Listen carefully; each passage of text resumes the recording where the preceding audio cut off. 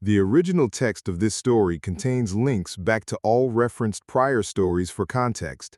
A link to the text post can be found in the video's description. I don't like going out in public. It isn't so much that I am antisocial, well, I kinda am, but I fuck with who I fuck with, and that makes a huge difference. But I've also done an absolute lifetime's worth of fuck shit in the community, as the two of you have read in these pages in just the past 2 years. One of my greatest fears is that I will be out with wife person team and/or my little one, and something that they don't know I have done comes face to face with me. Don't tell them that, but that is partially why I'm so reluctant to go out and be places. So, I am in the Walmarts a couple of weeks ago, minding my own business, collecting things for the Super Bowl party, and I hear someone in the distance calling apparently for me. "Excuse me. Hey, man. Hey!" "You talking to me?" Yeah, man. Don't I know you from somewhere?" "I don't think I know you, bro." "Yeah. Ain't your name like, something weird, like Fappington or something like that?"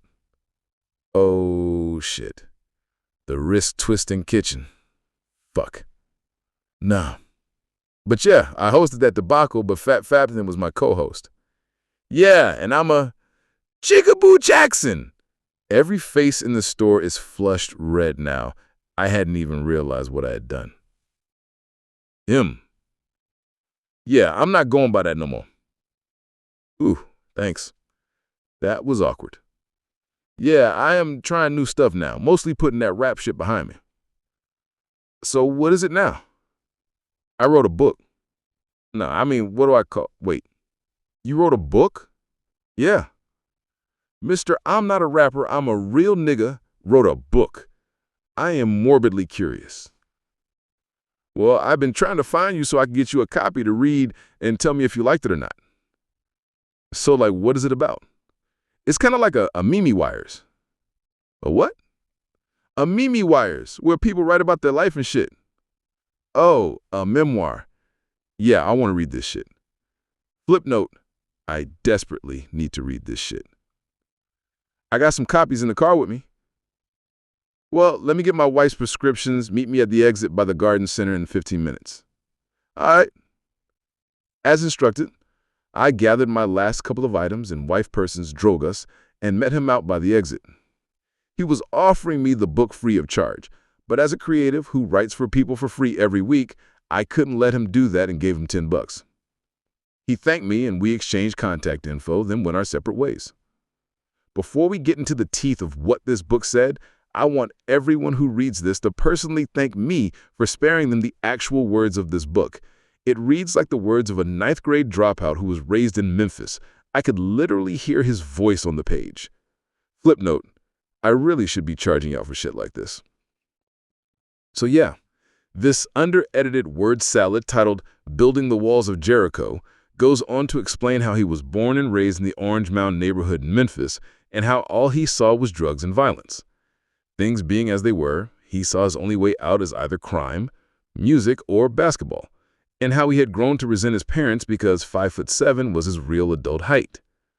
Dejected at the long-shot chance of doing sports, he started hanging with the older boys and dropped out of school in 11th grade. But he was basically dead man walking the whole time, being passed through due to age and not grades.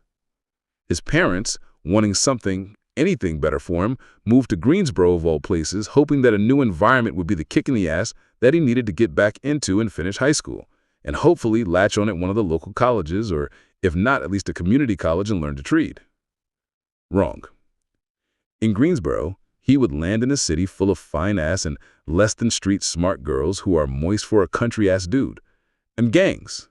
He found these semi-gangs that like to think they're doing shit around here. Through the semi-gangs, he found what he thought would be his passion in rapping, despite not actually being very good at it. To him and those around him, though, that shouldn't have to matter, because the "I'm not a rapper, I'm a real nigga" trope remained to be held on to if ever questioned. They and his friends enjoyed some weird level of local and TikTok notoriety for their videos purporting to be big-time local criminals and driving like absolute jackasses in their charges. The problem, though, was that all of their criminality was more bluster for the onlooking iPhones than it was actual malice, until they saw the recruiting call for the wrist-twisting kitchen. As the as-decided most marketable of the group of friends, they collectively decided that he would be the one to stop rapping about crack and actually show off that they were about what they said they were. One problem. These boys are all Gen Zers born to Gen X parents. As a Gen Xer and a parent, I can tell you for absolute as certain that growing up in a time where crack was a thing turned us off of ever desiring to become a crackhead, and most of us actually shied away from preparing and selling it.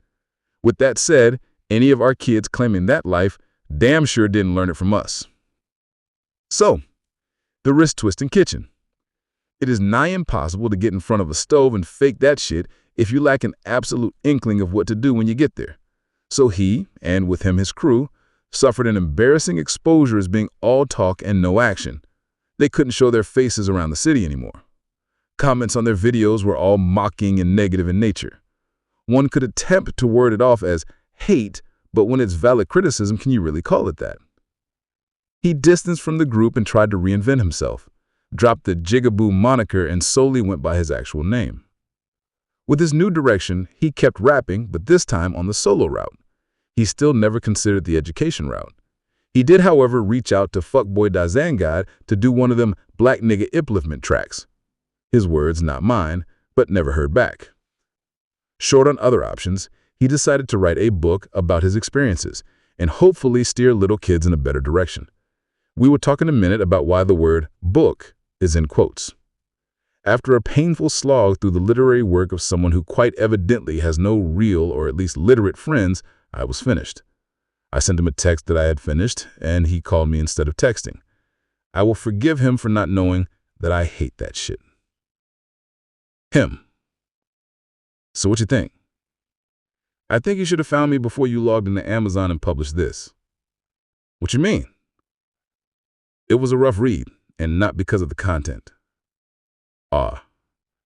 And who writes a memoir that is only 39 pages long? Huh? That hardly counts as a book, my man. So what I do now? I mean, what's done is done. I see and mildly respect what you tried to do here, but what? But it was my actions that humbled you enough to seek a better way. Any more, I would be piling on you. Oh, well, what if we just ask for advice? You want to write? I suggest you read a lot. Okay. You want to rap? My stronger suggestion is that you need to learn to weld. Ouch. You want to pull back and turn this into an appropriately enough length book to call it one. An editor or ghostwriter is probably the way, and I ain't cheap. People who do that full time are even less so. Okay. But you're onto something there. Don't you quit, Jigaboo, Jericho Jackson. I'm cheering for you. Thanks, man. Feels like I could have been harder on him, but I had already done enough damage. Let's just all hope he takes up that welding program at GTC in August.